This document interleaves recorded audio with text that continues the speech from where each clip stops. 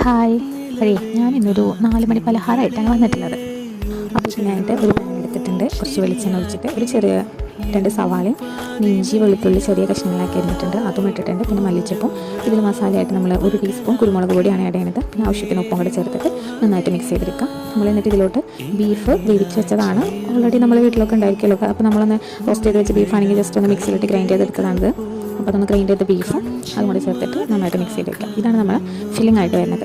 ഇനി നമുക്ക് ഇതിൻ്റെ ബാറ്റർ ഉണ്ടാക്കാൻ വേണ്ടിയിട്ട് മൈദക്ക് 1 കപ്പ് മൈദ എടുത്തിട്ടുണ്ട്. അതിലോട്ട് ആവശ്യത്തിനുള്ള മഞ്ഞൾപ്പൊടി, ഇത് കളറിന് വേണ്ടി ആഡ് ചെയ്യുന്നതാണ്. ആവശ്യത്തിന് ഉപ്പും കൂടി ചേർത്ത് നന്നായിട്ട് മിക്സ് ചെയ്യാം. നമ്മൾ ദോശമാവിൻ്റെ ഒക്കെ പരുവത്തിലായിട്ട്. അപ്പോൾ അത് നമുക്ക് പാൻ ചൂടായിട്ട് വരുമ്പോൾ കുറച്ച് നെയ്യ്, അല്ലെങ്കിൽ നോൺ സ്റ്റിക്കിൻ്റെ ആണെങ്കിൽ ഞാനിവിടെ നെയ്യൊന്നും തടവിയിട്ടില്ല.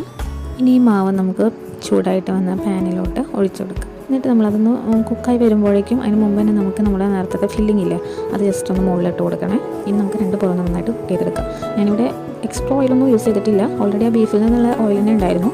അപ്പോൾ എനിക്ക് എക്സ്ട്രാ ആഡ് ചെയ്യേണ്ട ആവശ്യം വന്നിട്ടില്ല. അപ്പോൾ ഇത്രയേ ഉള്ളൂ ഇന്നത്തെ റെസിപ്പി. അധികം ഫ്രൈ ഒന്നും ചെയ്യാതെ ഒരു ഈസി ആയിട്ടുള്ള റെസിപ്പിയാണ്.